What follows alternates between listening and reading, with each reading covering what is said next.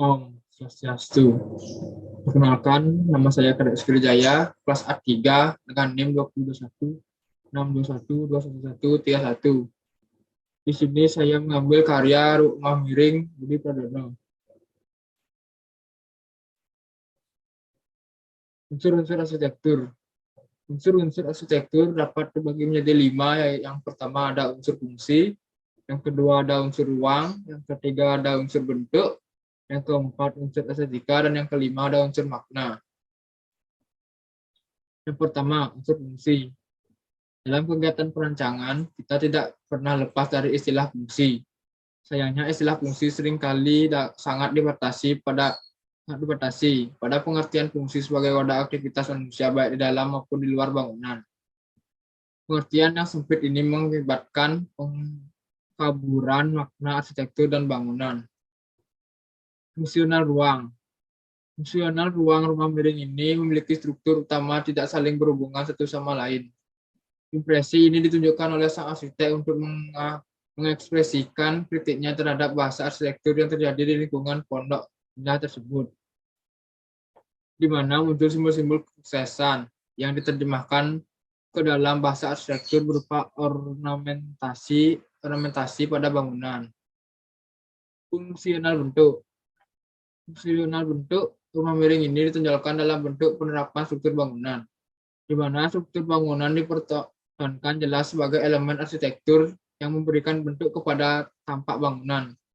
Dalam konsepsi skin and bone, hal ini ditunjukkan sebagai bentuk kepolosan dan kesederhanaan dalam olah bentuk bangunannya.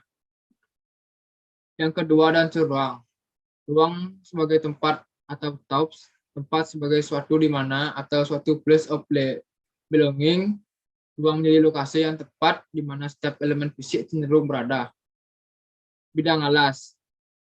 Rumah miring Pradono lantai dasar memakai alas bahan kayu yang didata lurus agar terkesan nyaman dan hangat saat berada di ruangan tersebut. Bidang dinding. Dinding dibuat dengan kaca, diperhitungkan secara cerdas, menyesuaikan dengan struktur, terdapat privasi hanya pada area kolam renang, kamar mandi, dan kamar tidur.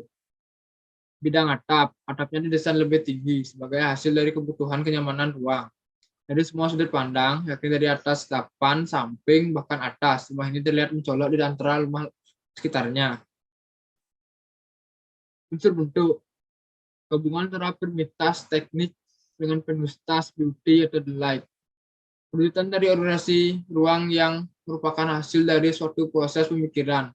Proses ini didasarkan atas pertimbangan fungsi dan usaha pernyataan diri atau ekspresi. Visual bentuk, wujud. Rumah miring Pradono memiliki wujud miring, menjadi simbol ketidakstabilan dan dekonstruksi yang tidak lazim. Dimensi rumah ini memiliki sekitar kemiringan 700 menyerupai hampir roboh. Warna, rumah ini mengenalkan warna sebab putih, dimaksudkan untuk memberi kesan ringan dan elegan. Tekstur, rumah ini mengenalkan struktur wajah yang dikenal kokoh sebagai representasi hunian modern dan warna sebab putih. Posisi, rumah ini berdiri kokoh di lahan berukuran 8 kali 20 meter persegi dengan luas bangunan 321 meter persegi. Di antara rumah-rumah mewah gaya 1980-an di kawasan elit Pondok Indah. Unsur estetika. Bentuk-bentuk menjadi indah dalam proporsi di mana unsur-unsurnya disatukan secara harmonis ditunjukkan kepada bentuk ideal. Dalam unsur estetika, bangunan ini lebih mengambil konsep modern yang sangat mengandalkan warna sebab putih, dimaksud untuk memberi kesan ringan dan elegan. Rumah miring karya Budi Pradono memperkenalkan inovasi baru dalam mengembalikan kebutuhan ruang hidup sebagai esensi dasar terciptanya kenyamanan. Kelima ada unsur makna. Menciptakan sebuah karya arsitektur ikonik terbuka lebar.